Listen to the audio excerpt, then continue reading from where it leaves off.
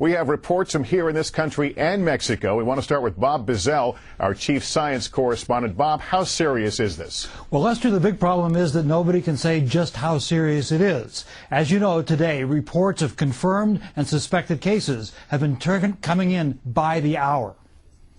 The new flu virus that has killed at least 68 people in Mexico is spreading rapidly across the United States. New York City health officials today said 8 students at this school almost certainly have the illness. First, that it is likely swine flu. Second, that at this time it is spreading from person to person. Meanwhile, officials in Kansas confirmed 2 cases, and those are in addition to the cases already confirmed in California and Texas. NBC News has learned that both Massachusetts and Minnesota have strongly suspicious cases, and the number of cases is likely to grow. 18-year-old Hayden Henshaw, who lives near San Antonio, Texas, was one of the first cases. His high school is now closed, and his father, Patrick, told NBC in a telephone interview that a lot of people there had been ill. There were people sick last week at some of the schools, and before all this came out, so who knows who's had it and who hadn't. The family says it is not quarantined, just refusing visitors out of a sense of caution. Hayden is recovering well.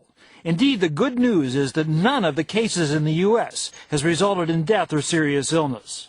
What happens next? It could persist for months and never turn into a pandemic, or in fact, it could occur for the next several weeks, appear to be gone, and then like in 1918, come back 12 to 18 weeks later and then come back with a vengeance. Big questions remain unanswered. How efficient is the transmission from person to person? How often do infected people get seriously ill?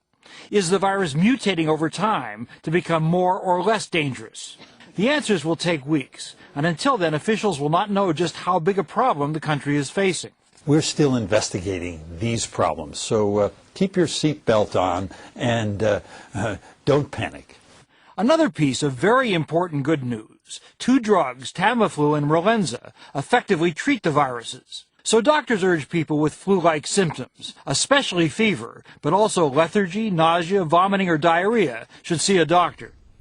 Lester, one of the most difficult messages in public health to communicate is uncertainty, and that unfortunately is where we are right now. But as the person just said there is no reason to panic, and I think that should be the take-home message tonight. No reason to panic. Right, and Bob, we should put into perspective, people die from the flu in this country every year, run-of-the-mill strains. In terms of this treatment, though, you said treatment does work, but isn't the incubation in this particular virus a little shorter than we normally see? Yeah, it's only 1 or 2 days, which means it could spread very rapidly. The one problem we know is that people did die in Mexico, but we don't know how many people got sick. Those 68 cases could be out of millions, or could just be an indication of a serious illness. Until they do a lot more work, we're not going to know the answer to that very critical question, but it's very, very heartening to know that there have been no deaths so far in the United States.